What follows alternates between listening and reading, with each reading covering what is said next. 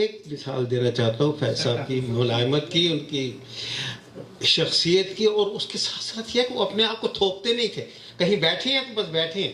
اگر آپ نے فیض صاحب سے بات کوئی نہیں کی تو فیض صاحب دخل نہیں دیں گے کسی معاملے میں. ثاقب فاروقی اور لندن میں ثاقب فاروقی کے گھر میں بیٹھا تھا تو کہنے لگا فیض صاحب آئے ہوئے ہیں. زہرا کیا نام ہے ان کا؟ زہرا نگاہ کے حنور بھائی. تو چلتے ہیں فیض صاحب سے ملتے ہیں. تو اتفاق سے وہاں احمد فراد بیٹھے ہوئے تھے. تو ثاقب فاروقی اور احمد فراد ایک دوسرے سے نفرت کرتے تھے، جیسے شاعر کرتے ہیں ایک دوسرے سے. صرف محبت کرتا ہوں، صرف محبت. تالیاں بجائیے. ہاں صرف محبت. تو ہم جہاں وہاں پہنچے تو ایلس موجود تھے. آپ یقین کریں فیض صاحب جہاں بیٹھے ہوئے تھے وہ جگہ بھی خوبصورت لگ رہی تھی. فیض صاحب ان لوگوں میں سے تھے، جب فیض صاحب آ جاتے تھے لوگ سارے کام چھوڑ کے فیض صاحب کی طرف دیکھنے لگتے. اور ان کے پڑھنے کا انداز بڑا سیدھا سادہ، بالکل کوئی بناوٹ نہیں، کوئی موقع نہیں لہرانا، کچھ بھی نہیں. اور یقین کیجیے میں نے فیض صاحب کو سے ایک ملاقات میری اور ہوئی لاہور میں. مار روڈ پہ وہ کھڑے تھے ایلس کے ساتھ اور ٹیکسی ڈھونڈ رہے تھے. میں بھاگتا ہوا گیا، میں نے جا کے پیر پکڑے ان کے پہلے. تو پھر میں نے ان کے ہاتھوں کو چوما. میں نے کہا جی آپ مجھے نہیں جانتے. کہنے لگے نہیں معاف کیجیے گا. میں نے کہا میں محمد حسین عطا جو آپ کے ساتھ 4.5 سال جیل میں رہے، میں ان کے چچا کا بیٹا ہوں اور میرا نام خالد خواجہ ہے. کوئی اثر نہیں ہوا خالد خواجہ کا، اب بھی نہیں ہوتا. یہ زیادتی ہے. بہرحال جیسا افضال نے کہا ہے، اتنی ملائم پرسنالٹی، اتنی خوبصورت پرسنالٹی، اور کیا شاعری انہوں نے ہمیں دی ہے. سبحان اللہ سبحان اللہ. میں گھنٹوں بول سکتا ہوں. نہیں میں بہت کمزور انسان ہوں. آج یوم آزادی. ظاہر ہے ان سے ملاقاتیں، افضال فردوس کی ملاقاتیں، اور یہاں میرے لیے تو بڑا اچھا موقع ہے کہ میں کچھ نمبر اسکور کر لوں کہ میں بچہ تھا اور اسکول کے زمانے میں کیجیے گراؤنڈ کراچی میں مشاعرہ ہوتا تھا تو ہم 2 دوست بس سے گئے تھے وہاں پرانی نمائش. اور یہ ہمارے بیٹے میں کاظمی جانتے ہیں کہ وہاں اسٹیج تک صرف میرا مطلب یہ اتنا ایسا کرتا ہے. تو اس وقت پھر ہم نے آٹوگراف وغیرہ لیا. فیض صاحب کو میں نے بس اس قدر دیکھا. تو شوق کا امتحان جو ہوا سو ہوا، جسم و جاں کا زیاں جو ہوا سو ہوا، سود سے پیشتر ہے زیاں اور بھی، سود سے پیشتر ہے زیاں اور بھی.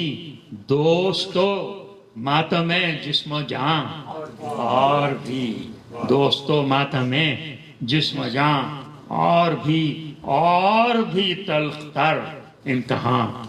اور بھی میں درخواست گزار ہوں افضال فردوس صاحب سے کہ فیض صاحب کی نظمیں تو ظاہر ہے کہ درجہ کمال پر ہیں. فیض کی غزل کوئی پہ اگر آپ روشن. Thank you very much. بات کرنے سے پہلے 2 غیر متعلقہ باتیں کرنا چاہتا ہوں. ایک میں بھول جاؤں گا ویسے کہ نہیں. ایک تو یہ کہ فیض کے بعد اگر آپ ایک نشست روسی ادب پر کر دیں تو آپ کی بڑی مہربانی ہوگی، کیونکہ ہم وہ لوگ ہیں جنہوں نے فیض سے انسپائر ہو کر روسی ادب پڑھا. اور دوسری بات یہ ہے کہ جس وقت احمد فیض کو ہارٹ اٹیک ہوا وہ میو ہاسپٹل میں ایڈمٹ ہوئے تو اس وقت جو ریزیڈنٹ ڈائریکٹر ان کا علاج کر رہے تھے ان کا نام تھا ڈاکٹر آصف قدیر. ڈاکٹر ہونے کی حیثیت سے بہت سے اہم سے لوگوں کے ساتھ ملاقات اور ان کی علاج کرنے میں موقع ملا ہے اور فیض صاحب بھی ہیں ان میں. لیکن سب سے بڑی بات ہے کہ میرے جو والد تھے وہ میں اسپتال کے سرجن انچارج تھے، پرنسپل تھے کنگ ایڈورڈ کے، اور یہ تمام شاعروں کے مریض تھے. لیکن صوفی صاحب جو صوفی غلام تبسم صاحب ہیں، یہ میرے زیر علاج ہے. ان کا آپریشن میں نے کیا تھا اور یہ میرے گھر کے پاس ہی رہتے تھے اور علاج کے سلسلے میں مجھے ان کے پاس ان کے گھر جانا پڑتا. اور صوفی صاحب ایک محفل کے انسان تھے اور وہاں فیض احمد صاحب آتے تھے کیونکہ وہ ان کے شاگرد تھے. آپ یہ سوچ لیں کہ میری ان کے ساتھ صوفی صاحب کے ساتھ اور فیض صاحب کے ساتھ کم از کم 40 یا 50 نشستیں ہوئی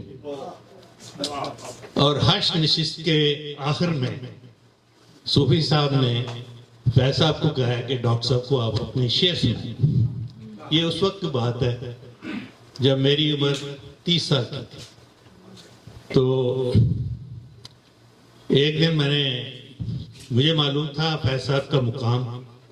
ایک دن میں نے ہمت کی تو میں نے فیض صاحب سے ایک سوال کیا کہ آپ کو اتنی اعزاز ملے ہیں, روس نے آپ کو لینن ایوارڈ دیا ہے, مہدی حسن صاحب نے گلوں میں رنگ بھرے ہیں اور نور جہاں نے پہلی سی محبت, سارے شہر میں آپ کا طوطی بولتا ہے, اور آپ یہ کتابچہ جو صوفی صاحب سے کریکٹ کراتے ہیں میرے سامنے, اس کے بارے میں تھوڑی سی ذکر کریں. تو انہوں نے بتایا کہ ان کا تمام کلام صوفی صاحب جب تک وہ کریکٹ نہ کر لیں وہ پبلش نہیں ہوتا تھا. یہ اس بات کی ضمانت جو افضال فردوس صاحب نے کہی ہے اور ہاشمی صاحب نے کہی ہے ان کی طبیعت کے بارے میں کہ وہ اتنی انکساری تھی کہ ایسی بات ان کو میرے ساتھ کرتے ہوئے کوئی اجر نہیں تھا. ہماری اپنی لینگویج میں جو کہ ہم کو سب سمجھ آتی ہے, ان کے گردن میں کوئی سریا نہیں تھا.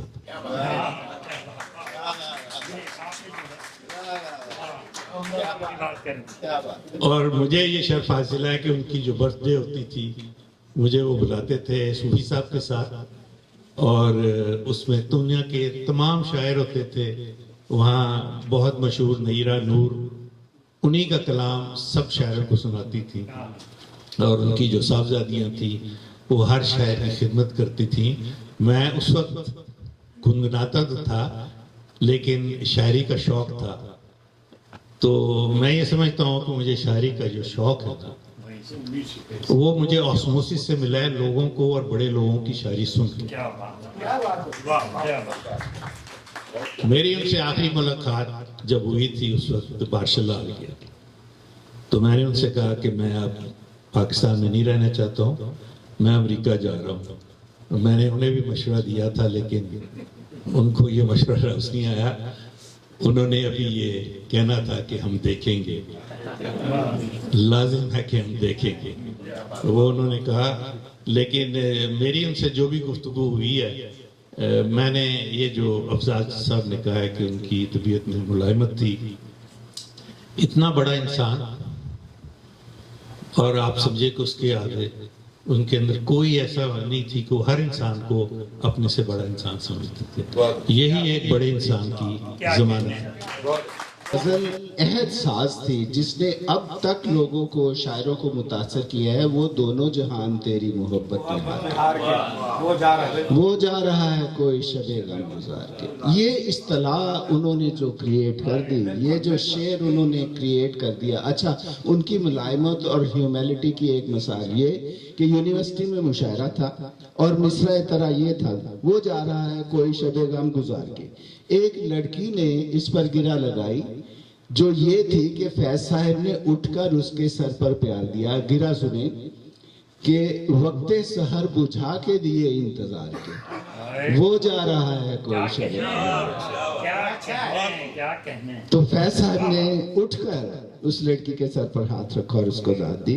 تو غزل گوئی جیسا کہ پہلے بات ہو چکی, ایک طرف تو ان کا پرشکو نظموں کا کلام ہے, دوسری طرف ان کی غزل گوئی ہے جو بڑی سادہ سی ہے, ملائم سی ہے. جیسے ایک باد صبا ان کا بہت بڑا اشتہار ہے کیونکہ ان کی اکثر عمر جیل میں گزری, زندگی کے پہلے چند سال جیل میں گزرے جہاں پرندہ بھی پر نہیں مار سکتا تھا, ہوا کا گزر بھی نہیں تھا. اور میں نے اپنی پہلی بات میں ذکر کیا کہ ایک بہت بڑے شخص تھے جنہوں نے ان کے فیض کے ساتھ والی نشست مجھے دے دی اور خود جا کے زمین پر بیٹھ گئے. وہ کوئی چھوٹے آدمی نہیں تھے, وہ ان کے ساتھی کامریڈ تھے جو کہ پرنسپل تھے کالج کے. ان کا نام میرے ذہن سے نکل رہا ہے, ڈاکٹر کیا نام, پتہ نہیں کیا نام تھا ان کا. تو وہ جیل کی بات ہو رہی تھی, تو جیل کے دوران میں انہوں نے جو غزلیں لکھی, وہ شخص قلعے کے جیل سے جہاں فیض بھی رہے تھے وہیں سے چھوٹ کر آئے تھے, اور میری طرح اتنے دبلے پتلے تھے کہ میں نے پہچانا نہیں. جب میں نے پہچانا تو میں نے جا کر ان کے پاؤں پکڑ لیے تھے. تو فیض کی غزل گوئی جو ہے اس نے ایک اور بہت بڑا شاعر پیدا کیا. I'm sorry to say this credit جائے گا ان کو, احمد فراز. تو احمد فراز جیسا شاعر فیض کے ہوتے ہوئے, سیف کے ہوتے ہوئے, منیر کے ہوتے ہوئے اتنا بڑا قداور شاعر نکلا کہ وہ فیض احمد فیض جیسا ہی مقبول ہو گیا. تو یہ تھا فیض کی غزل گوئی کا اثر. فیض کی غزل گوئی کا اثر جو مجھ تک ہے, مجھ سے آگے کے لوگوں تک ہے, سب پر ہے. جو یہ کہتا ہے کہ اس فیض پر اس کا اثر نہیں ہے, وہ جھوٹ بولتا ہے. کیونکہ فیض کی شاعری ایسی ہے. ابھی جب آپ پڑھ رہے تھے, جب صلاح الدین پڑھ رہے تھے, جب زارا غارق تھی, تو رونگٹے کھڑے ہو رہے تھے. اور ان کی غزلوں کی نظموں کی خوبی ہی یہ ہے, خوبی ہی یہ ہے کہ آپ جتنی بار مرضی سنیں آپ کے رونگٹے کھڑے ہو جاتے ہیں, چاہے وہ نیرہ نور گائے, چاہے نور جہاں گائے, چاہے کوئی بھی گائے. تو یہ ان کی بالکل بہار ہے. لیکن میں واپس آتا ہوں دونوں جہان تیری محبت میں ہار کی. یہ غزل ایسی ہے جو ادبی اعتبار سے بہت بڑی غزل ہے, بہت بڑی غزل ہے. اور پھر مہدی حسن نے گو کہ وہ بھی گائی, اس کو اتنی پذیرائی نہیں ہوئی جتنی کہ گلوں میں رنگ بھرے کو ہوئی. لیکن یہ غزل وہ غزل ہے جس نے آنے والے 50 سالوں کو متاثر کیا. اور اس کے بہت سارے, ان کی اور بہت ساری غزلیں, نہ گنگاؤ نام کے نیم کش, تم کیسے مسیحا ہو, دوا کیوں نہیں دیتے, اور بہت ساری غزلیں ایسی ہیں. فیض ایسے خوش قسمت تھے کہ جو بھی لکھتے تھے وہ ہٹ ہو جاتا تھا. رات یوں دل میں تیری کھوئی ہوئی یاد آئی, جیسے ویرانے میں چپکے سے بہار آئی, جیسے صحراؤں میں ہولے سے چلے باد نسیم, جیسے بیمار کو بے وجہ قرار آتا. ہم کیسے فیض صاحب کو بھول سکتے ہیں؟ فیض صاحب تو بقول شخص سے ہماری جھوڑوں میں بیٹھے ہیں. اور فراز پہ مجھے ایک بات یاد آئی کہ فراز صاحب آئے ہوئے تھے, اور انہوں نے, ہم نے ظاہر ان سے پوچھا کہ آپ فیض کی کمپنی میں اتنا رہے, تو انہوں نے ایک واقعہ سنا, وہی بات فیض صاحب کی ہمبلنس پر, کہ کسی مشاعرے سے جب واپس آئے تو جیسا عموماً شعرا میں ہوتا ہے کہ ایک شاعر شروع ہو گیا کہ جناب فیض صاحب آئے, وہ فلاں شاعر جو مقامی تھا شروع میں, اس نے بہت زیادہ وقت لے لیا اور آپ کو اتنا وقت نہیں ملا. تو فیض صاحب گھبرا گئے, کہ لیا ارے توبہ توبہ توبہ, ایسے نہیں کہتے, ایسے نہیں کہتے. وہ بھی راتوں میں جا کے لکھتا ہے بھائی, اس کا بھی حل ہے. اتنا بڑا فن, اتنا صرف ایسے انسان ایسے ہی بڑا نہیں ہو جاتا, اس کے کردار کی جو چیزیں ہوتی ہیں اس کی روشنی. جشن آزادی کی مناسبت سے میں نے صبح آزادی پڑھنے کا ارادہ کیا ہے. یہ اگست 1947 میں کہی تھی. یہ داغ داغ اجالا, یہ شب گزیدہ سحر, وہ انتظار تھا جس کا یہ وہ سحر تو نہیں, یہ وہ سحر تو نہیں جس کی آرزو لے کر چلے تھے یار کے مل جائے گی کہیں نہ کہیں. فلک کے دشت میں تاروں کی آخری منزل, کہیں تو ہوگا شب سست موج کا ساحل, کہیں تو جا کے رکے گا سفینہ غم دل. جوان لہو کی پراسرار شاہ راہوں سے چلے جو یار تو دامن پہ کتنے ہاتھ پڑے. دیار حسن کی بے صبر خواب گاہوں سے پکارتی رہیں باہیں بدن بلاتے رہے. بہت عزیز تھی لیکن رخ سحر کی لگن, بہت قریب تھا حسینان نور کا دامن. سبک سبک تھی تمنا, دبی دبی تھی تھکن. سنا ہے ہو بھی چکا ہے فراق ظلمت و نور, سنا ہے ہو بھی چکا ہے وصال منزل و گام. بدل چکا ہے بہت اہل درد کا دستور, نشاط وصل و حلال و عذاب ہجر حرام. جگر کی آگ، نظر کی امنگ، دل کی جلن، کسی پہ چارہ ہجراں کا کچھ اثر ہی نہیں.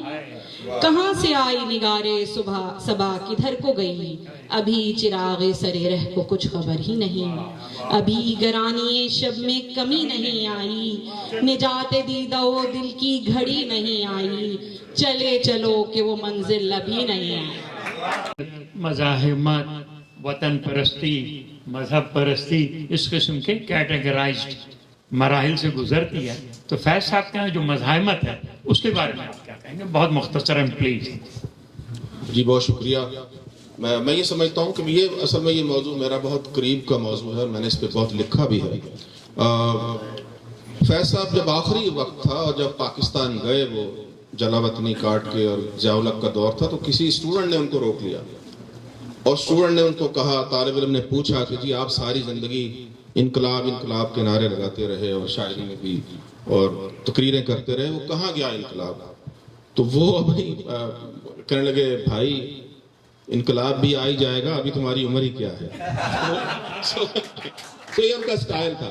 لیکن یقین جانیے کہ کسی بھی معاشرے میں، کسی بھی سماج میں کچھ لوگ ایسے ہوتے ہیں، جیسے ہم کہتے ہیں نا کہ نماز جنازہ جو ادا کرتے ہیں پورے محلے کا ایک فرض کفایہ ادا کرتے ہیں.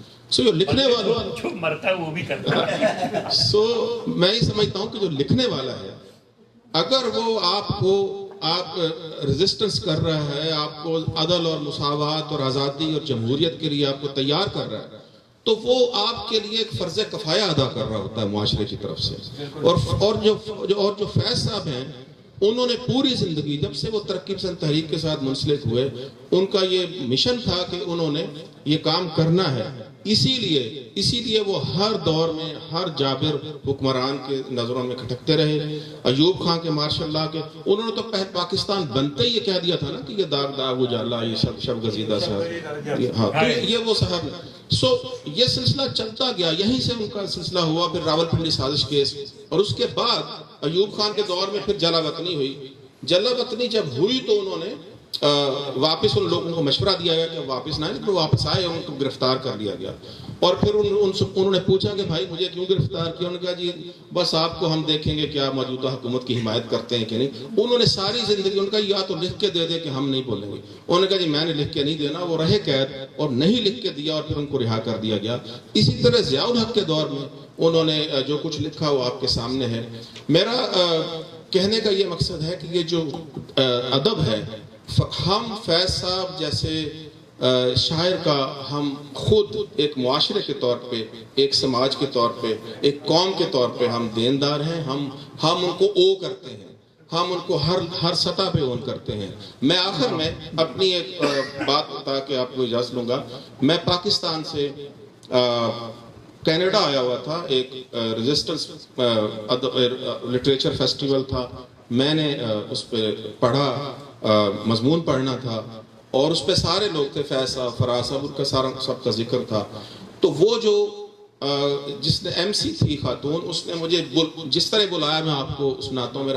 میرا سر فخر سے بلند ہو گیا اس وقت. انہوں نے کہا کہ میں ایک ایسے رائٹر کو اور ایک ایسے لکھنے والے کو بلا رہی ہوں، ان کا نام غضنفر ہاشمی ہے اور اس کا تعلق فیض احمد فیض کے ذکر سے. کیا کہیں میں اب ظاہر ہے کہ ہمیں محفل سمیٹنی بھی ہے، پھر میٹنگ ہے پی ایچ کی، اور افضال صاحب سے کچھ گفتگو کرنا چاہ رہے ہیں اور خالد خواجہ صاحب سے. تو میرے پاس ان حضرات کے لیے صرف 2 منٹ، اگر 2 منٹ سے زیادہ ہوئے تو میں آپ کو روک دوں گا. افضال صاحب، افضال آپ پلیز. میں نے صرف یہ کہنا ہے کہ جب میں پاکستان جاتا ہوں، لاہور جاتا ہوں، تو جہاں میں داتا صاحب کے ہاں جاتا ہوں، بلے شاہ کے ہاں جاتا ہوں، فیض کو بھی سلام کرنے جاتا ہوں. ان کی قبر میڈل ٹاؤن کے لنک روڈ قبرستان میں ہے، اور وہیں حفیظ جلندری اور سیف الدین صاحب کی قبر بھی ہے. بہت اچھے صاحب بھی بہت بڑے شاعر. خالد صاحب 2 منٹ آپ کے پاس. ایک واقعہ میں گوشت گزار کرانا چاہتا ہوں. فیض صاحب آرٹ کونسل کے چیئرمین تھے لاہور میں، مال روڈ پہ دفتر تھا ان کا. تو لوگ آ جاتے تھے ملنے کے لیے. ایک آگ لگانے والے صاحب آئے جن کا کام ہی یہ تھا ادھر کی بات اٹھا کے بتانے والا. تو انہوں نے کہا فیض صاحب مجھے کوئی یاد آ مودودی صاحب آپ کو بہت گالیاں دے رہے تھے. تو فیض صاحب نے کہا کہ سنو بھائی، مودودی صاحب بہت بڑے عالم ہیں، اسلام کے جدید مفسر ہیں، میرے نزدیک میں ان کا بڑا احترام کرتا ہوں، لیکن میرے بارے میں وہ کیا رائے رکھتے ہیں، میرا اس پہ کچھ اختیار نہیں. کیا بات، کیا بات، زبردست زبردست. اب میں جیسا کہ انہوں نے کہا کہ فیض سے بچوں نے پوچھا کہ انقلاب کا کیا ہوا، تو مجھے مولا علی کا ایک ارشاد یاد آ گیا. ان سے کسی نے کہا کہ بھئی آپ سے پہلے جو خلفاء ہوئے بڑا امن و سکون تھا، اور آپ کا دور آیا ہر طرف مار پیٹ اور شور شرابہ اور بغاوتیں اور کیا کیا، تو ان کا موڈ پتہ نہیں اس وقت کیسا تھا. انہوں نے کہا ان کے مشیر ہم تھے، ہمارے مشیر تم ہو.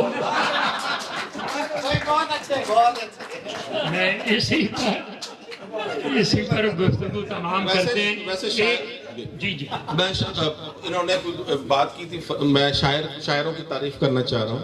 ہمارے دوست کا شعر ہے کہ چند شاعر ہیں جو اس شہر میں مل بیٹھتے ہیں، ورنہ لوگوں میں وہ نفرت ہے کہ دل بیٹھتے ہیں. اور شاعروں میں بھی ایسا ہی ہے، دل عموماً بیٹھ ہی جاتے ہیں. میں فرداً آپ سب کا شکر گزار ہوں. اتوار کی دوپہر اتنی سخت گرمی اور گھروں میں شاندار اے سی چل رہا ہے ماشاءاللہ، اور آپ لوگ یہاں تشریف لائے. آصف قدیر صاحب سے لے کر جو آخر میں بیٹھے ہیں صاحب، میرا خیال ان کا کیا نام ہے، ہمیں نام بھول رہا ہوں، تو الیاس بیگ صاحب ہیں. اور ہمارے الیاس بیگ صاحب کا تو تذکرہ ہوا ہی نہیں زیادہ. الیاس بیگ خود بیچارے بہت ہی ہمبل انسان ہیں اور بہت پیچھے رہتے ہیں. یہ سارا کام کاج انہی کا ہے. لائبریری جو ہے، لائبریری کا پورا نظم و نسق آپا نے ساری کتابیں انہی کو بھیجی تھی، انہی نے اپنی جیب سے سارے شیلفنگ اور سارا کچھ کروایا. اور اب تک یہی حال ہے کہ ماشاءاللہ وہ لائبریری سے کتاب ایشو کرانے کے لیے وہ سافٹ ویئر بھی لے چکے ہیں. تو یہ حال ہے. بس اب ہمارا کام ہے کہ کبھی کبھی کچھ پڑھ لیا کریں. آپ سب کا فرداً بہت شکریہ. بہت کامیاب نشست، اور یہ آپ کے بغیر ممکن نہیں تھا.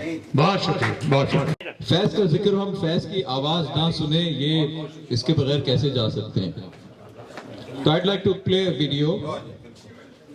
اس سے پہلے کہ مجید اختر مجھ سے بھی چھوٹے ہو جائیں، یہ فیض کا کلام سن کے جو ہے وہ اس کو ختم کرتے ہیں.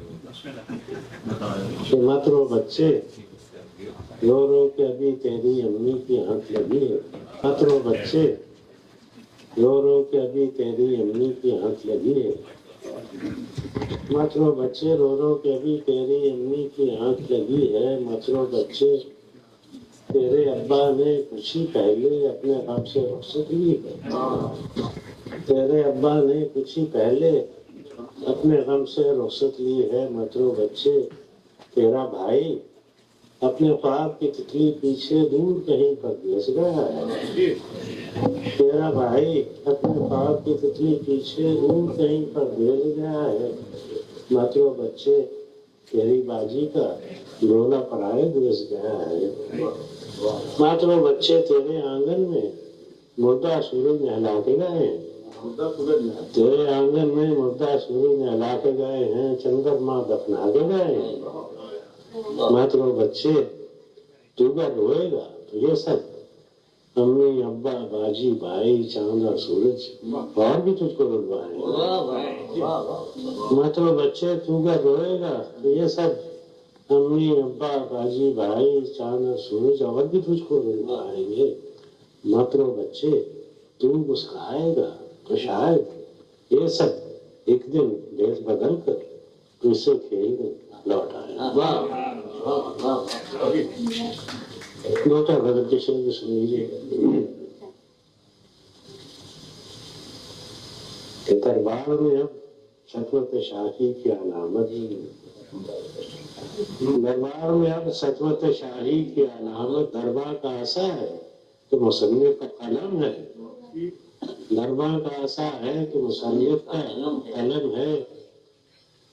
پھر کوئی ندا پر آوارہ ہے، پھر کوئی ندا پر جو بشارت، پھر کوئی ندا پر جو بشارت، تمہید مسرت ہے کہ طول شب غم ہے، تمہید مسرت ہے کہ طول شب غم ہے. اس دھجی کو گلیوں میں لیے پھرتے ہیں طفلاں، اس دھجی کو گلیوں میں لیے پھرتے ہیں طفلاں، یہ میرا گریباں ہے کہ لشکر کا عالم ہے. اس دھجی کو گلیوں میں لیے پھرتے ہیں طفلاں، یہ میرا گریباں ہے کہ لشکر کا عالم ہے. اور جس نور سے ہے شہر کی دیوار درخشاں، جس نور سے ہے شہر کی دیوار درخشاں، یہ خون شہیدہ ہے کہ زخانہ جنگ ہے، یہ خون شہیدہ ہے کہ زخانہ جنگ ہے. میرا آخری شعر ہے کہ ہلکا کیے بیٹھے رہو ایک شمع کو یارو، ہلکا کیے بیٹھے رہو ایک شمع کو یارو، کچھ روشنی باقی تو ہے اور چند کے کم ہے.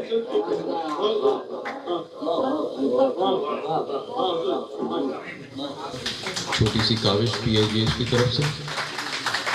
اگلی نشست ستمبر کی 10 تاریخ کو ہوگی، اسی ٹائم 4:30 بجے.